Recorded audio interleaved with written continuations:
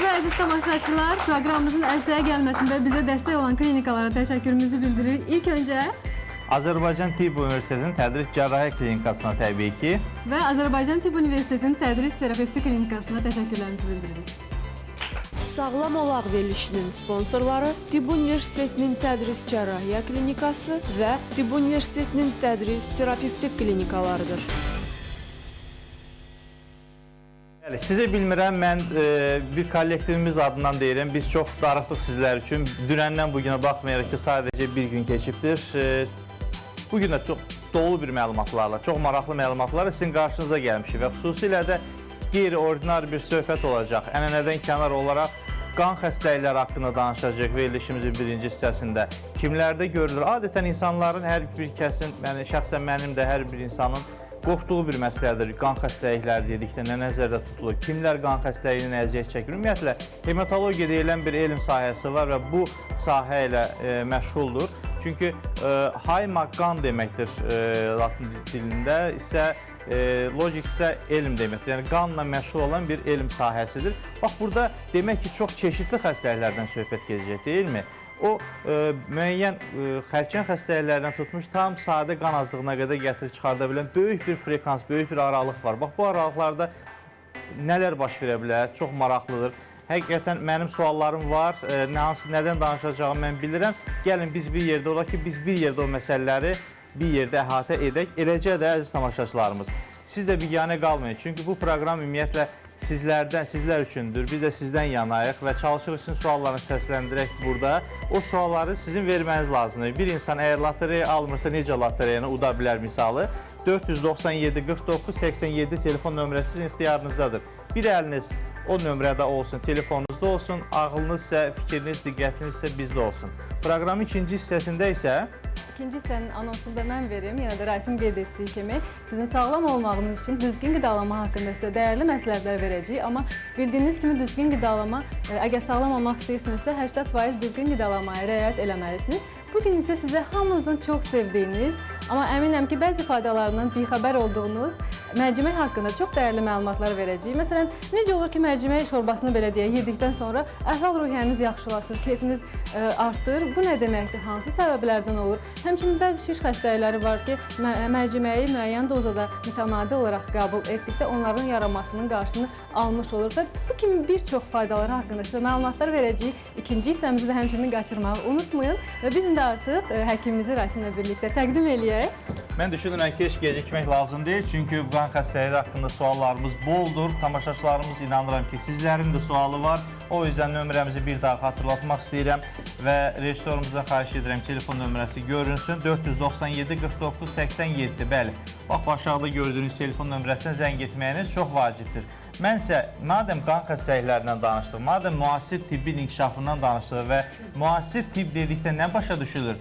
Elmin bu sahəsindəki ən çox yeniliklər məhz hematologiya sahəsinə aiddir. Bax, bu hansı yeniliklərdir? Təbii ki, ağlımıza Azərbaycan Tibb Universitetinin Tədris Terapevtik Klinikası gəlir, əziz tamaşaçılarımız.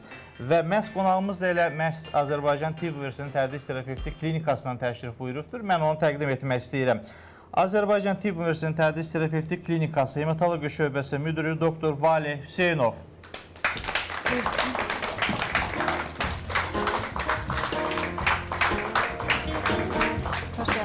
Hoş geldiniz doktor. Necəsiniz? Təşəkkür edirəm. Siz necəsiniz? Təşəkkür edirəm. Biz çox xoş əhval-ruhiyyə ilə başladıq. Tamaşaçılarımızla və bizim də bol-bol suallarımız var. Fürsətdən istifadə edərək ki, siz buradasınız. Biz o sualları çalışacaq cavablar, sizin vasitəsinizlə cavab tapaq. Və xüsusilə hematologiya sahəsi bir çox insanlar həm bilmədiyi, həm elmin ən müasir inkişaflarıdır. Məhz elə hematologiya sahəsindədir. Burada sadə müalicələrdən tutmuş ta kök hüceyrənin köçürülməsinə qədər olan məsələləri əhatə edir. Bax, bu sahədə biz sualımızı davam etdirəcəyik. Öncə biz gəlin başlayaq qan xəstəlikləri dedikdə nə başa düşülür? İlk öncə istəyirsən Raisim, tamaşaçılarımıza daha aydın olsun deyə. Ümumiyyətlə, bu qan nə deməkdir? Daha aydın şəkildə ilk öncə ondan başlayaq. Nədir qan? Dəvət etdiyiniz üçün təşəkkür edirəm sizə. Həqiqətən qan xəstəlikləri hər zaman olduğu kimi çox aktual bir mövzudur. Ümumiyyətlə, qan xəstəliklərinin haqqında danışmamışdan əvvəl qısa olaraq hər halda bunu hər bir insan bilir. Qandakı hüceyrələrimiz sümük iliyində, qırmızı sümük iliyində yaranır. Sümük iliyi əsasən yastı və ya borulu sümüklərin içərisində olur. Qan əsas olaraq qanın tərkibində leykositlər dediyimiz ağ qan hüceyrələri, eritrosit dediyimiz qırmızı qan hüceyrələri və trombosit dediyimiz qanın laxtalanmasına cavab verən hüceyrələr. Məhz qan xəstəliklərinin yaranmasında bu hüceyrələrdə və ya laxtalanma sistemində dəyişikliklər ilə əlaqədar baş verən əlamətlər çıxır. Xüsusən də hər bir ağ qan hüceyrələrində bir problem yaranırsa, bu çox ciddi qan xəstəliklərinə, ağ qan, qırmızı qan xalq arasında dediyimiz xəstəliklərə, leykemiyalara gətirib çıxara bilər. Qırmızı qandakı pozğunluqlar qan azlığı, anemiyalara gətirib çıxara bilər. Trombositdə bir problem yaranırsa, bu ciddi laxtalanma və ya qanaxma ilə trombozla keçən problemlərə gətirib çıxara bilər. Gözəl, gözəl. Və qeyd etmək istəyirəm ki, qan xəstəliklərinin madəm biz uzun-uzun onlar ətrafında danışacağıq, diaqnostikasına gəldiyimiz zaman adətən insanlar belə düşünürlər ki, deyək ki, diaqnostika deyəndə müəyyən instrumental müayinə metodları nəzərə çarpılır. Amma qan xəstəlikləri zamanı insanlar nəyi başa düşməlidir? Necə müayinəsi, bunu necə baş verir? Necə müraciət etsinlər və müraciət etdiyi zaman nə gözləyir onları? Ümumiyyətlə, ilk növbədə qan xəstəliklərinin əsas əlamətlərindən biri qan azlığıdır. Qan azlığı hər bir insanın, ümumiyyətlə, ətrafdakı insanlar, qonşular, işdəki yoldaşlar xəstənin rənginə diqqət edir və bu xəstədə rəngin solğunlaşması ilk növbədə meydana çıxır. Və bu problem olduğunda mütləq ən sadə olan bir qanın ümumi analizi dediyimiz, hemoqram da deyilir, bunu vermək lazımdır. Və burada qan azlığının əsas şübhəsi həkim tərəfindən ayırd edilməlidir. Çünki qan azlığının çox müxtəlif səbəbləri var. Bu səbəblərin içində ən sadə, hər gün rastlaşdığımız dəmir azlığı anemiyaları, qidalanma ilə bağlı ola bilən anemiyalar, qanaxma nəticəsində meydana çıxan qan azlıqları ola bilər və çox ciddi hematoloji xəstəliklər nəticəsində meydana çıxan xəstəliklər ola bilər.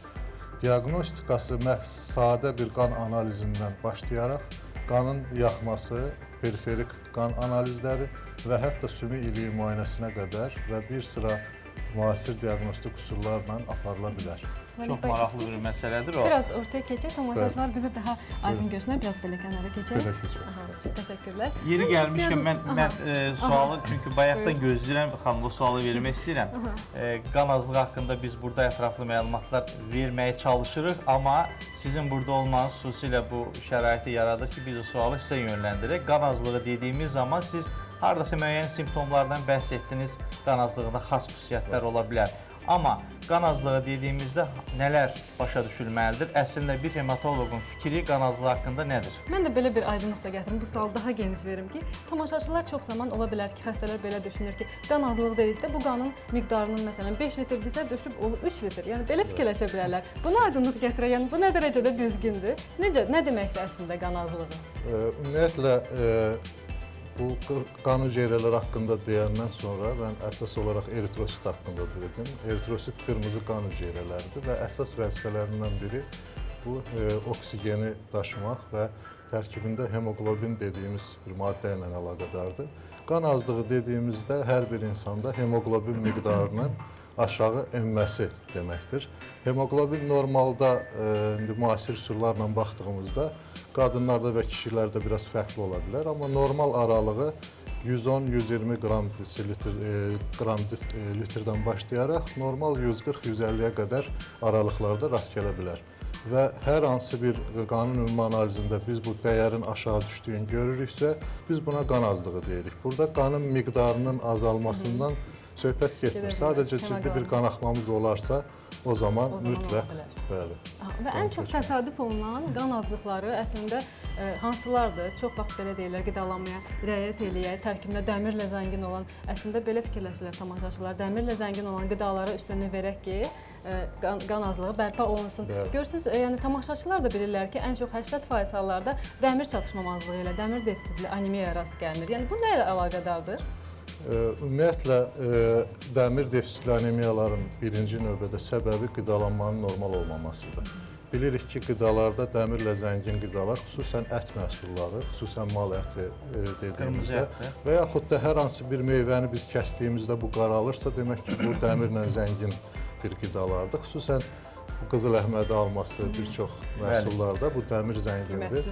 Və ilk növbədə qida ilə bağlı. Növbəti səbəblərdən biri qəbul elədiyimiz dəmirin orqanizmdə normal qəbul edilməməsi, sorulmaması. Bu xüsusən mədə və 12 barmaqda baş verir və hər hansı bir patologiya olduğunda bu qan azlığına gətirib çıxara bilər. Digər əsas səbəblərdən biri qan itkisi, qanaxmalar və ciddi qan xəstəlikləridir. Biz çalışırıq ki, ümumiyyətlə Vahid doktor, söhbətimizi elə quraq ki, sadə Azərbaycanlının anlayacağı şəkildə ona izah etməyə çalışaq. O yüzden mən tam kobud şəkildə bir misal verəcəm. Bir insanın dünyaya gəlişi doğum evidir, dünyadan gedişi qəbristanlıqdır. Qan hüceyrələrin yarandığı yer qırmızı sümükliyi dedik və onun qaldığı bir yer, tamamen getdiyi bir yer isə dalaq kimi tanıdığımız bir orqandır. Gəlin bu haqda da bir məlumat verək. Slaytlarımız var dediniz. Bəzi slaytlarımız var. Burada bizim sümük iliyi ilə əlaqədar olan şəkillərimiz var. Bu normal qan hüceyrələri damarlarımızda olan hüceyrələrdir. Və qırmızı qan hüceyrələri. Qırmızı eritrositləri görürük, damar içindəki çevrəni görürük və növbəti slaytda bir sümüyün kəskiləri var. Burada borulu bir sümüklər verilir, amma normalda sümüklərimizin içərisində yerləşən normal qırmızı ilikdə yaranır bu hüceyrələr və periferik qana keçir və bunların orqanizmdə müəyyən limfatik sistemindən tutmuş dalaqdan da bu hüceyrələrin bir çoxu keçir və qan xəstəliklərinin yaranmasında da məhz limfa düyünləri və dalağın da qoşulması bir çox xəstəliklərin əlaməti kimi meydana çıxır. Xüsusən dalağın orqanizmdə, immun sistemdə formalaşmasında çox böyük rolu var. Bu bir çox qan xəstəliklərin əlaməti kimi də çıxa bilər. Xüsusən qan parçalanması dediyimiz xalq arasında, buna tibb bilimdə hemoliz deyirik. Bu qan parçalanması zamanı bu hüceyrələrin bir çoxu qəbirstanlıq dediyimiz şəkildə həyatını dalaqda baş vurur və bunların parçalanması çox baş verirsə, bu dalağın həddindən artıq böyüməsinə gətirib çıxara bilər və bir çox qanın bəd xəstəlikləri zamanında da dalaqda böyümələr olar. Növbəti slaytlarda biz göstərmək istəyirik, dalağın böyüməsi var, limfa düyünün böyüməsi kimi əlamətləri verə bilərik. Hətta dalaq bəzən elə bir ölçülərə gəlib çıxa bilər ki, bu əməliyyat olunub, əməliyyatla götürülmə ehtiyacı da ola bilər. Bəs əməliyyatla götürüldükdən sonra nə baş verir? Ümumiyyətlə, dalağın, bu çox gözəl bir sualdır. Dalağın götürülməsi üçün, çıxarılması üçün çox ciddi bir tibbi göstəriş olmalıdır. Dalağın tək böyük olması bu dalağın götürülməsi üçün göstəriş deyil. Bir çox qan xəstəliklərində dalaq sümük iliyində xəstəlik olduğu üçün bütün vəzifələri öz üzərinə götürür və qanın yaradılması ilə məşğul olur. Bu halda biz dalağı götürəriksə, xəstəni itirərik. Yəni, qan yaradıcı bir orqanı kimi götürərik. Amma bir çox xəstəliklərdə dalaq, məsələn, qaraciyər xəstəlikləri bəzən ola bilər və bir çox qanı parçalayan hemolitik anemiyalar dediyimiz, burada dalaq artıq qanı parçalayır və burada da mütləq dalağı götürəriksə xəstəlik sağalmış olur. Dalaq götürüldükdən sonra insan orqanizmində immun sisteminin zəifləməsi baş verir təbii ki və qan göstəricilərində artış mümkündür ki, olsun bunlarda və bunlar baş verməsin deyə müasir tibbdə xüsusi vaksinlər var və bu vaksinasiya vasitəsilə aparılıb və daha sonra dalağın götürülməsi mümkündür.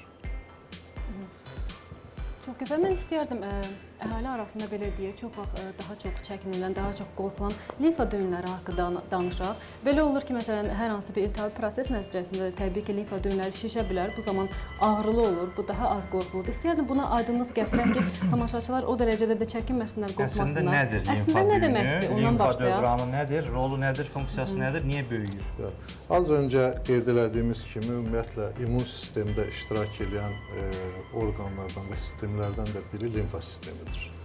Limfa sistemi, burada mən özümlə bəzi slaytlar gətirmişdim. Növbəti slaytları versəydilər daha dəqiq göstərərdik. Növbətini verin zəhmət olmasa.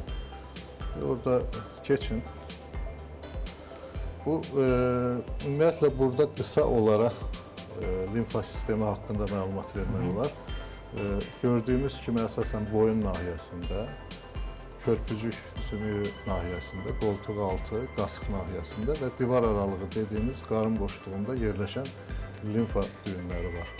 Bu limfa düyünlərinin bir çoxu adi biz hər birimiz hər halda bir qrip ya da bir virus infeksiyası keçirmişik. Hər birimizin hər halda bir ağız boşluğunda, dişimizdə bir problemlərimiz olub. Bu hallarda hər bir insanda görmüşük, əlimizlə də hiss olunan bir limfa düyünü böyüklüyü olur. Bu orqanizmin infeksiyaya qarşı bir reaksiyası olaraq limfa düyünün böyüməsidir. Və bu həmin yerə yaxın olan limfa düyünün böyüməsi ilə, məsələn, həmin boğazdırsa, bölgədə xüsusən böyümüş düyünlər olur. Ancaq bəzi bölgələr var ki, burada limfa düyünlərin böyüməsi bir siqnal olaraq bizim üçün olmalıdır. Bu xüsusən körpücük sümüyü ətrafında olan limfa düyünlərin böyüməsidir. Körpücük sümüyü daha aydın izah eləyərdik, göstərərdik.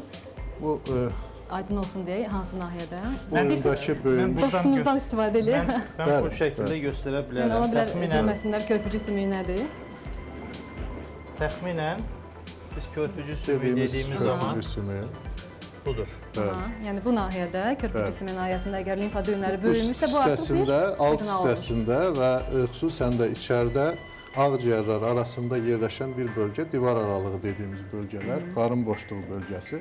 Burada böyümüş limfa düyünləri varsa, mütləq xəstədə hər hansı ciddi bir xəstəlik axtarmaq lazımdır. Və əgər bu limfa düyünləri də ağrılıdırsa, onda bəs necə? Yəni ağrılı daha az qorxulu sayılır, xüsusən iltihabi proseslərin nəticəsi olduğundan. İltihabi proseslər zamanı böyümüş limfa düyünləri varsa, bundan çox vaxt qorxmaq lazım deyil. Lazım deyil. Bu xüsusən iltihabi prosesin əlaməti kimi meydana çıxır.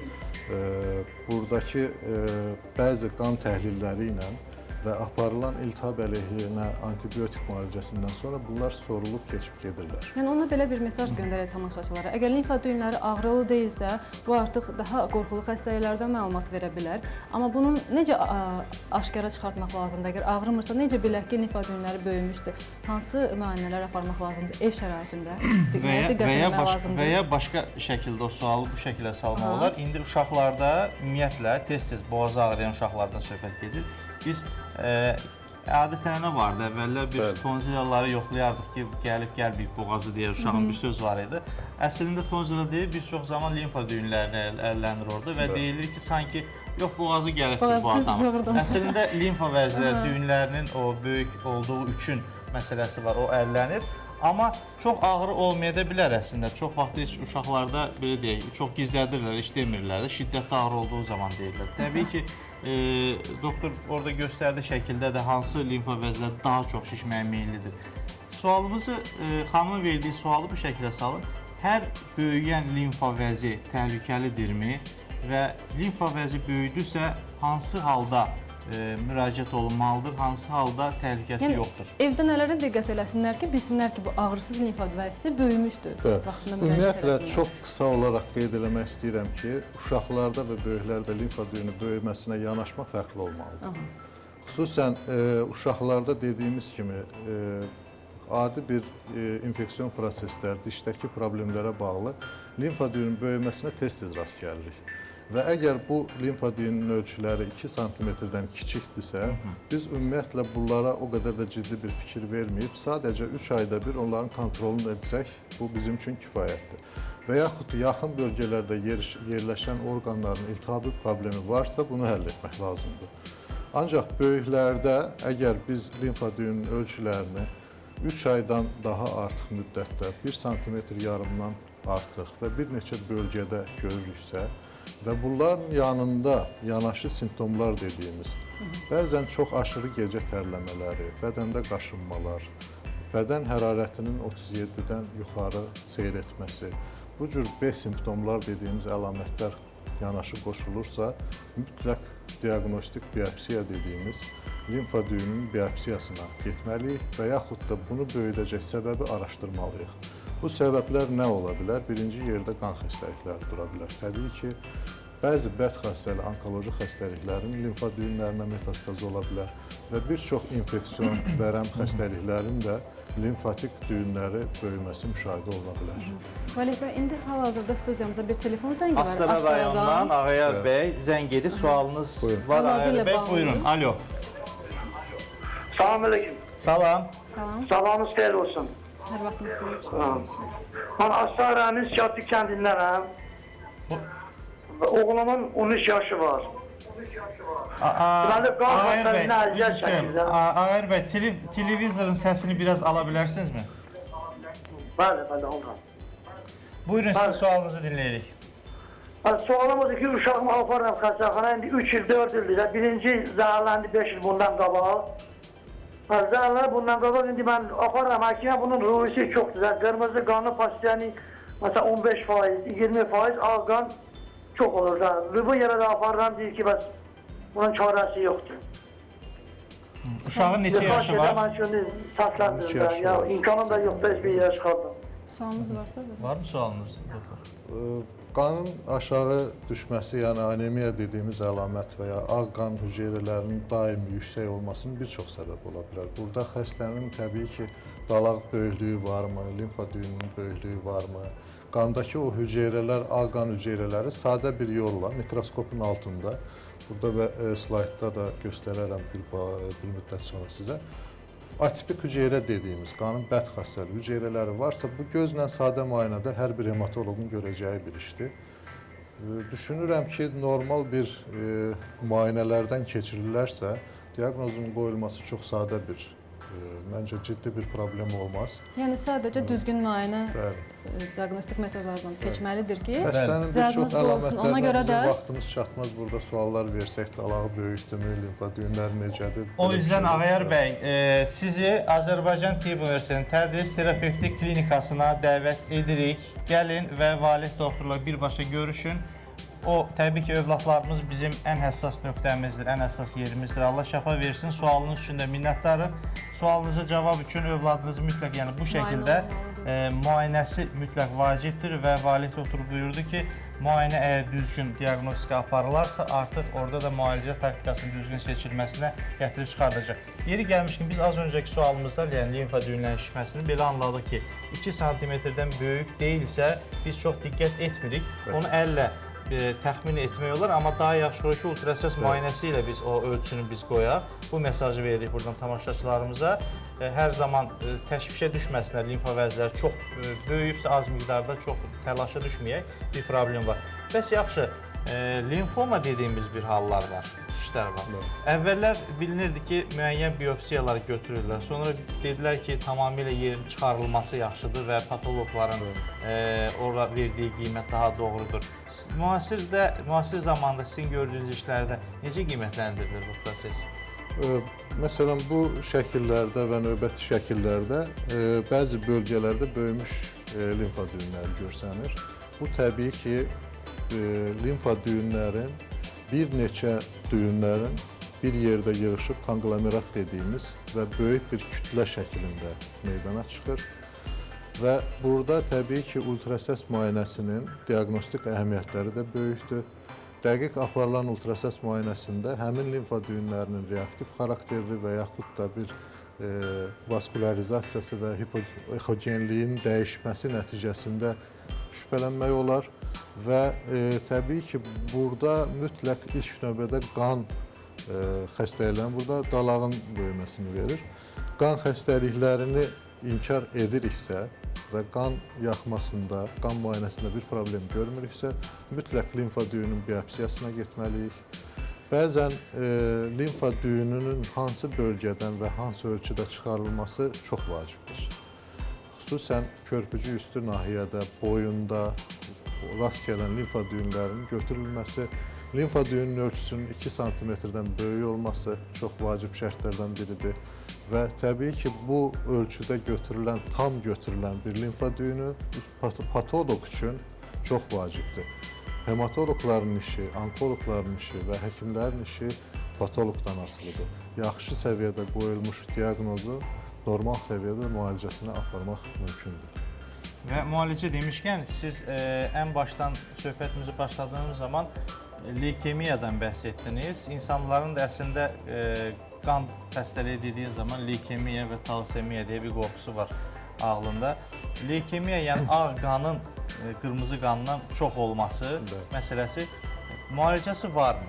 Biraz daha insanlar depressiyaya düşməsinlər və Tibb Universitetinin Tədris Terapevtik Klinikası Hematologiya şöbəsində bu haqda, bu mövzuda nə kimi işlər görülə bilir?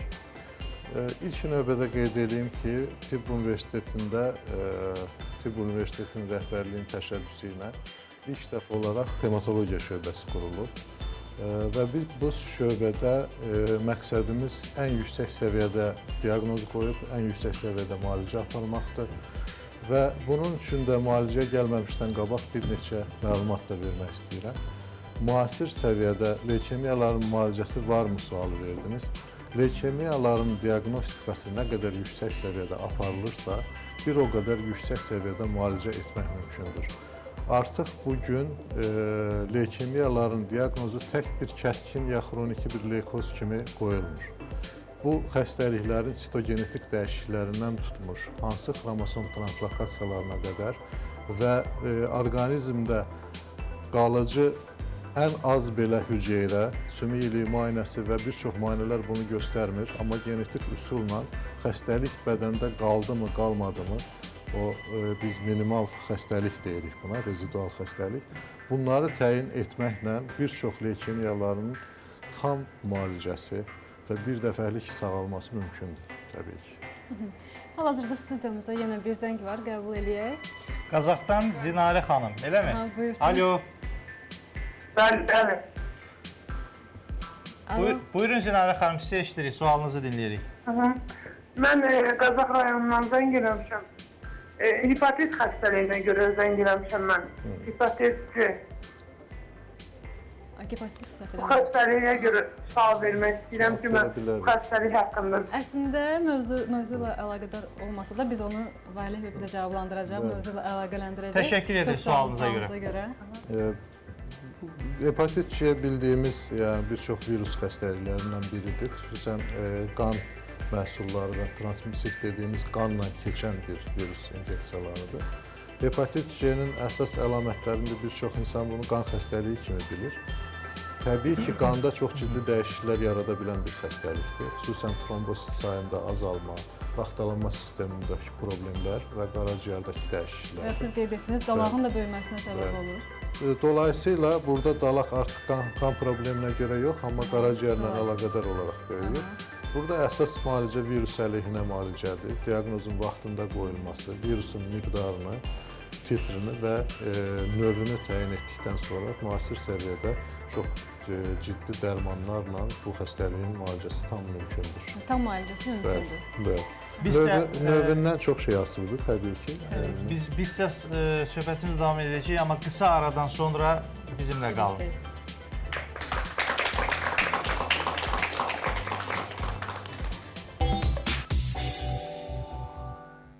Azərbaycan Respublikasının Prezidenti cənab İlham Əliyevin və xanımı Mehriban Əliyevanın iştirakı ilə açılmış Azərbaycan Tibb Universitetinin Tədris Cərrahiyyə Klinikası 2013-cü ilin sonlarından fəaliyyətə başlayıb. Ümumi ərazisi 45.000 kvadrat metr olan 13 mərtəbəli klinikada 18 kafedra, 24 şöbə fəaliyyət göstərir. Klinika dünyanın məşhur tibbi şirkətləri tərəfindən istehsal olunan ən son model tibbi avadanlıq, cihaz və ləvazimatlarla təchiz edilib. Bu möhtəşəm kompleksdə 18 əməliyyatxana, 500 çarpayılıq müxtəlif profilli stasionar şöbələr fəaliyyət göstərir. Eyni zamanda bütün növ ənənəvi, endoskopik, laparoskopik, mikroskopik və az invaziv əməliyyatlar uğurla icra olunur. Azərbaycan Tibb Universitetinin Tədris Cərrahiyyə Klinikasında bütün müayinə və müalicələr mütəxəssislərin keçirdiyi məşvərət konsiliumları vasitəsilə təyin olunur. Tibbin bütün sahələri üzrə keyfiyyətli və güvənli xidmət məhz burada göstərilir. Biz sağlam sabahlar naminə çalışırıq. Azərbaycan Tibb Universitetinin tədris terapevtik klinikası 15 mərtəbəli, 380 çarpayılıq, stasionar şöbələrə və konsultativ diaqnostik poliklinikaya malik klinikada müayinə, müalicə və reabilitasiya üçün hər cür şərait yaradılmışdır. Klinikamızda ən ağır xəstələrin müalicəsinə imkanları olan, xaricdə ixtisaslaşmış həkimlərin çalışdığı reanimasiya və intensiv terapiya şöbəsi, mədə-bağırsaq xəstəlikləri şöbəsi, endoskopiya, endokrinologiya, şüa diaqnostikası, revmatologiya, tənəffüs yolları, qaraciyər, böyrək xəstəlikləri şöbəsi, dializ və hemodiafiltrasiya mərkəzi, allergologiya, pediatriya, nevrologiya, ürək-damar mərkəzi, angiografiya, poliklinika, kliniki laboratoriya və instrumental müayinə şöbələri ilə yanaşı, müasir texnologiya, elmi yanaşma və dəqiq diaqnostika bizim əsas iş qayəmizdir. Sağlamlığınızı elm və praktikanın bir arada olduğu universitet klinikasına etibar edin.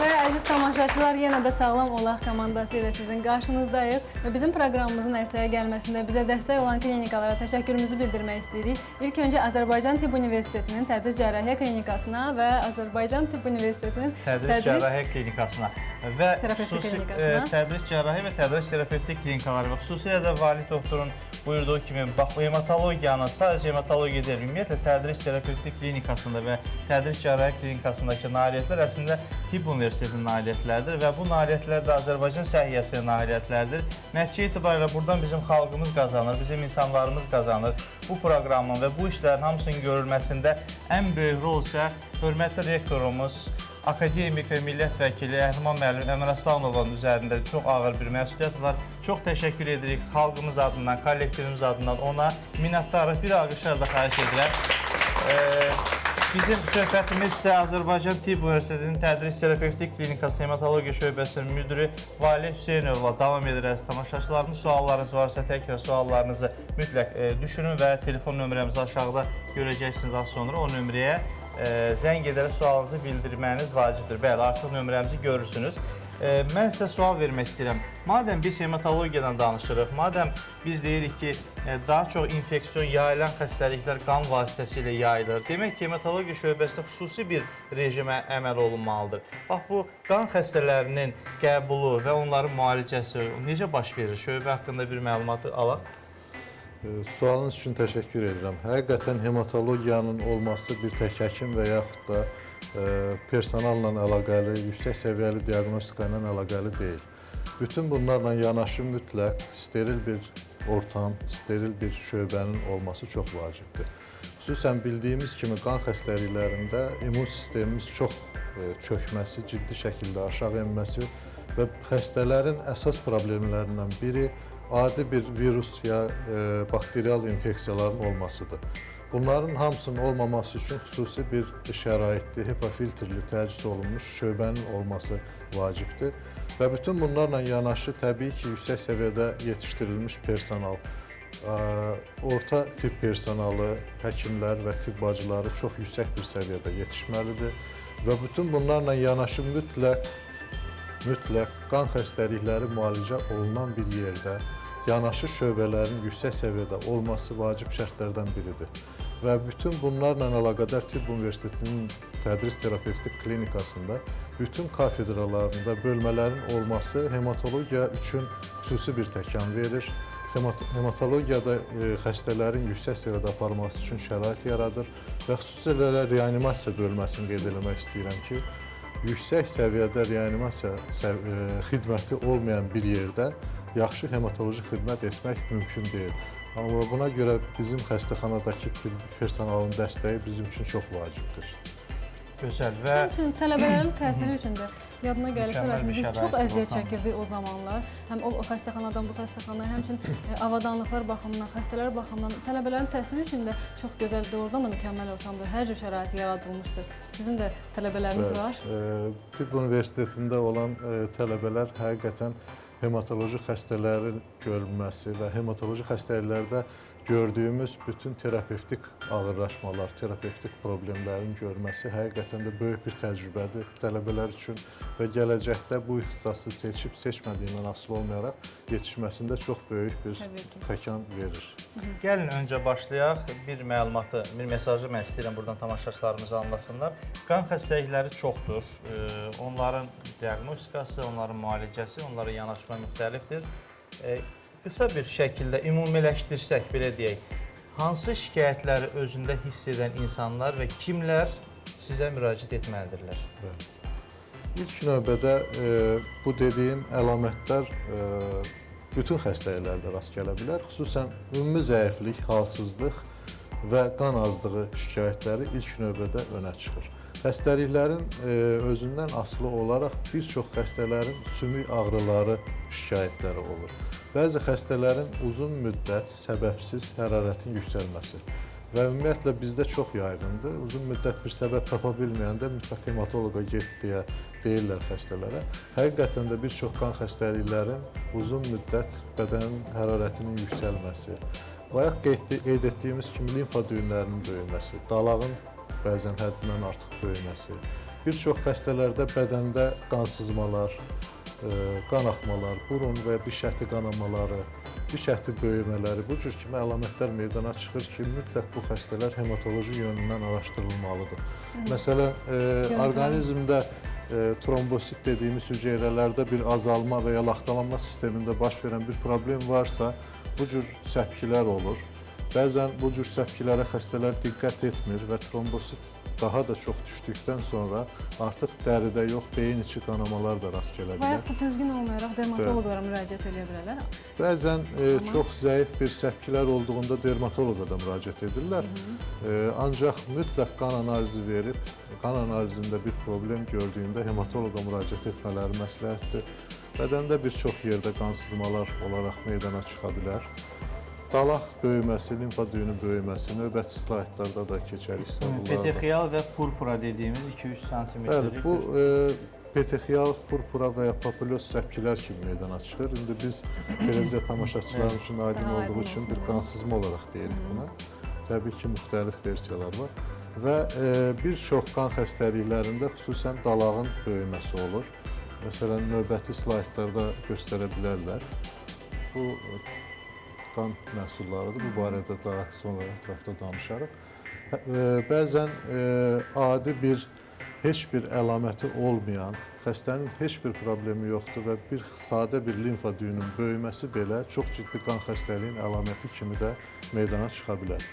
Bəzi xəstələrdə qan azlığına rast gəlmirik. Ancaq bu xəstələr uzun müddət revmatik bir xəstə kimi, sümük və ya oynaq ağrıları kimi də müalicə alırlar. Uzun müddət hormonal steroid müalicəsi alırlar və bu xəstələrdə bayaq xəstəmiz də qeyd elədi, ROE, yəni eritrositin çözmə sürətinin yüksək olması bəli, bir çox revmatik xəstəliklərdə mümkündür, ancaq bu xəstələrdə bir düzəlmə və ya qanda başqa bir əlamət, dalaqda böyümə, limfa düyünü böyümə kimi əlamətlər görürüksə, mütləq bir hematoloqun konsultasiyası bu hallarda vacibdir. Bəzən miyelom xəstəliyi dediyimiz xəstəlik sümük ağrıları ilə keçir və bir çox revmatoloji xəstəliyin maskası altında keçir. Bu miyelom xəstəliyinə də aydınlıq gətirərdiniz, nə deməkdir? Miyelom xəstəliyi də sümük iliyində plazmatik hüceyrə dediyimiz, normalda 2%-in, 1%-in altında olan hüceyrələrin normadan artıq çoxalması və ifraz etdiyi xüsusi maddələrin sümüyə və orqanlara qarşı bir aqressiyasıdır. Xüsusən bu xəstələrdə sümük əriməsi dediyimiz çox ciddi sümük ağrıları olur. Bu xəstələr hətta bəzən elə xəstələr olur ki, asqırdığı zaman qabırğaları sınır və yaxud da yeridiyi zaman görürsünüz fəqərələrdə bir çökmə baş verir, aşağı ətraflarda paraliz kimi meydana çıxır və sadə bir müayinələrdə miyelom xəstəliyi olduğunu görürük və miyelom xəstəliyinin diaqnozunu qoyan kimi normal səviyyədə müalicələrlə bu xəstələrin həyata qayıtması, normal yeriməsi, işləməsi mümkündür və gələcəkdə sümük iliyi transplantasiyası ilə yaşama müddətlərini və hətta sağalmasını nail etmək. Yəni bu transplantasiya ilə də məşğul olur hematologiya şöbəsi necə? Sümük iliyi transplantasiyası birbaşa hematologiyanın işidir. Siz yəni sümük iliyin köçürülməsi, tədris terapevtik klinikada bu işlə də yəni məşğul olursunuz. Onu da tamaşaçılarımız üçün qeyd edək. Yardımçı bölmələrin olması bu işdə əsas şərtlərdən biridir. Xüsusən qeyd etmək istəyirəm ki, biz aferez bölməsi bizim xəstəxanada fəaliyyətə başlamışdır. Bayaqki göstərdiyimiz slaydlarda cihazı göstərilməkdə olsa da, artıq müasir səviyyədə kök hüceyrə dediyimiz hüceyrələr bütün hüceyrələrimizə başlanğıc verən ana hüceyrələrdir. Bunlar sümük iliyində yerləşirlər. Transplantasiya dediyimizdə kök hüceyrələrini bir 30 il, 20 il əvvəl sümük iliyindən alırdılar. İndi artıq müasir üsulda, müasir cihazların vasitəsilə periferik qandan bu hüceyrələri əldə etmək mümkündür. Bunun üçün xüsusi preparatlar, koloniya stimulyucu faktor dediyimiz xəstəyə ya donora verildikdə bir neçə gündən sonra gördüyümüz cihazlar vasitəsilə periferik qandan toplanır və bundan öncəki slaydda adi bir qan məhsulu kimi mənfi 196 dərəcədə saxlanıla bilir. Bizim xəstəxanada bu bölmə artıq fəaliyyət göstərir.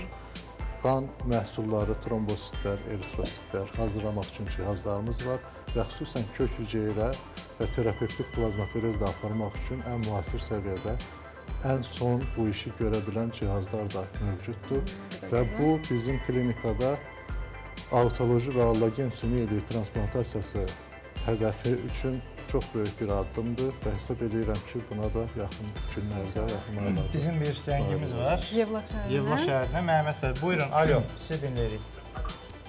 Salam aleyküm. Həkimi salamlayıram, apardılar sağlayıram. Həkim sən qazan alım. Mən 3 ildir qan azlıq xəstəliyindən çox əziyyət çəkirəm. Mən 4-5 xəstəxanalarla çəkmirəm. Elə mərkəzdə və öz rayonumuzda da xəstəxanada getmişəm və nəhayət qan köçürməklə üstünə mənə yolladılar. 3-cü ildə ora xəstəsiyəm. Mənim hemoglobinim 70%-dən yuxarı qalmır. Yenə dalağım 3 aydan bir uziyə düşürəm, dalağım qaraciyərimdir, dalağım dozlanıb qaraciyərimdir, onu yığılmır. İğnə dərman qəbul edirəm, o xəstəxanada yatan vaxtı 90-a kimi qalmışdı. Yay aylarında həddindən çox özümü pis edirəm, kondisionerin qabağından demək olar ki, çıxmıram, qışda da bütün oynaqlarım ağrıyır, sobanın böyründən çəkirə bilmirəm. Həkimə də hər ay elə mən şəhərə gedirəm, qaydıram, eyni dərmanlar, eyni iğnələr. İndi sualımı sizə verirəm. Bəlkə indi sizin yanınıza gəlim və yaxud bir məsləhət verəsiniz. Mən 3 ildir çox əziyyət çəkirəm. Mən geri yuxum dəyəsə çəkirəm, bütün sümüklərim ağrıyır. Bir sual versin Vali bəy sizə, buyurun Vali bəy. Sümük iliyi müayinəsi aparılıbmı və hansı diaqnoz qoyulub? Çünki qan azlığı... Bəli, mən diaqnozum limfoleykozdur, 3-cü stepin. Xroniki limfoleykoz. Sümük iliyi də aparılıb, bəli. Təşəkkür edirəm Məhəmməd bəy sualınıza görə, çox sağ olun. Xroniki limfoleykozlar xüsusən dalaq böyüməsi, limfa düyünü böyüməsi və qanda həqiqətən qan azlığı ilə keçən bir xəstəlikdir. Ancaq müasir səviyyədə müalicəsi mümkündür və normal səviyyədə müalicə aparılarsa bu xəstəlik qısa bir müddət ərzində geriləyər və xəstənin də şikayətləri keçər. Tam müalicəsi mümkündür, buyursun. Xəstə dedi ki, şəhərə tez-tez gəlirəm, amma görürsünüz bu əlamətlərin müalicəsi Allah şəfa versin deyək. Götürülməsi mümkündür. Allah şəfa versin və sadəcə şikayəti olan insanlar deyil, mən bildiyim qədərilə genetik risk faktoru da burada aktuallıq daşıyır. Ümumiyyətlə, qan xəstəliklərində varmı genetik risk faktoru? Hansı xəstəliklərə aiddir bu? Kimlər müraciət etməlidir və xüsusilə uşaq yaşlarda olan bir çox insanlar uşaq yaşlarında bundan əziyyət çəkilir və o körpələr də təbii ki, bizim Azərbaycanda bir zamanlar xarici ölkələr üz tuturlar qan xəstəliyi ilə bağlı. İndi artıq valideynlərin, ananın günahından ola bilər, o olsun, genetik risk faktorundan bağlı olan bir çox xəstəliklər var və bu haqda da məlumat verir. Çünki sadəcə böyüklər deyil, eyni zamanda övladlar da var ki, bundan əziyyət çəkilir və daha çox da leykemiyadan, talasemiyadan əziyyət çəkən körpələrimiz, övladlarımız var. Tibb Universitetinin Tədris Terapevtik Klinikasının Hematologiya şöbəsinə müraciət etsinlər adına mesajını vermək istəyirəm, amma onlara bir mesaj da verək buradan. Ümumiyyətlə, qan xəstəlikləri içərisində böyük yerlərdən biri təbii ki, irsi qan xəstəlikləri tutur. Bunlar respublikamızda çox aktual olan talasemiya xəstəliyi, hemofiliya xəstəliyi, bir çox hemoqlobinopatiya dediyimiz xəstəliklərdir. Bunların təbii ki, genetik bir xəstəlik olduğu üçün mütləq əvvəlcədən ailə taraması və ya bu insanların həqiqətən daşıyıcı olub-olmadığı aydın olmalıdır. Və təbii ki, bir çox yollarla, bir çox ölkələr müəyyən bu xəstəliyin azalmasına nail olurlar.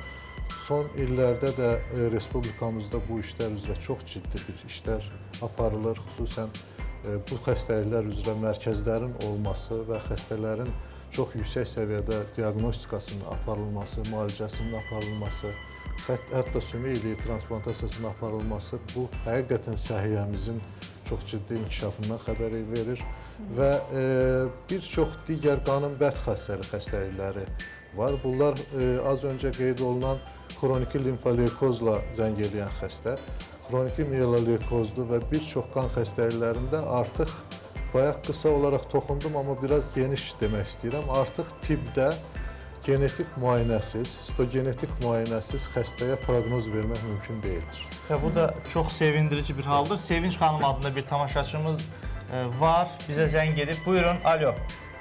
Alo, salam. Salam Sevinç xanım. Doktor da salamlayıram, siz də salamlayıram. Təşəkkür edirik, buyurun. Doktor, mənim uşağımın 13 yaşı var. Onda eritrositlər çoxdur. O nəyinə qədər ola bilər? Sağlığınız var. 3 yaşı var. 13. 13 yaşı var. Eritrositin ümumiyyətlə çoxluğunun dalağında bir böyümə varmı və yaxud da başqa qan göstəricilərində bir dəyişiklik varmı? Bu da necə? Sevinç xanım, Sevinç xanım, ultrasəs müayinəsindən keçibmi? Bəli, keçir. Dalaqda böyümə varmı? Xeyr. Yoxdur. Təşəkkür edirik sualınıza görə. Sualınızın cavabını dinləyin. Ümumiyyətlə eritrositin çox olması bu yaşda, 13 yaşında ciddi bir problem haqqında işarə vermir. Xüsusən böyük insanlarda daha yaşlı qrupda ola bilər. Amma qan eritrosit sayının çoxalması mütləq xəstədə digər göstəricilərin yoxlanması, bu eritrositin orta həcminin az olması ola bilər xəstədə. Bəzən talasemiya daşıyıcılığında belə eritrosit kiçik olduğu üçün sayı bədəndə yüksək olur. Və bu olmalıdır. Sevinç xanımın övladında problem əhəmiyyət kəsb etmir. Təşəkkür edirik sizə, Valet Çox doktor, sağ olun, gəldiyiniz üçün təşəkkürlər. minnətdarıq. Biz sizə proqramımızı da